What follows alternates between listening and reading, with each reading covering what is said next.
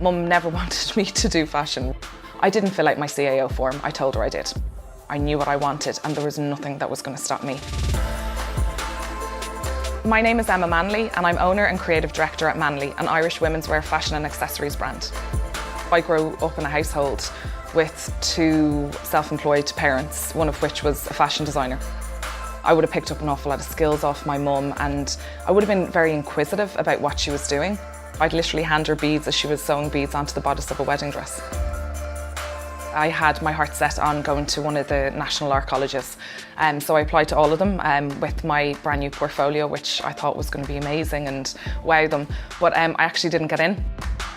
I still get rejected from things all the time. Different projects that I might pitch for, I still get rejected, but I also still get some. Rejection doesn't mean give up. If we all gave up at rejections, it would be a very boring world. It's really character building. I learned my techniques in college. I learned how to become me through internships. So I learned all the different processes that I liked, that I didn't like. I started to understand what it was to be part of a studio. You're not just making clothes all day, it's everything else with it. I was with Alexander McQueen for a year and Manley started, I would say about 9 months in, I ordered a roll of pattern paper and I started basically drafting a collection. I literally packed up my bags and came home with that collection and said, right, if I'm going to do it, I'm going to do it. And that collection ended up being the first ever Manley collection. And my mum gave me her old studio in our family home and just said, look, off with you. She thought it would be a phase. And yeah, I stayed in that studio for 2 years until we basically grew out of it.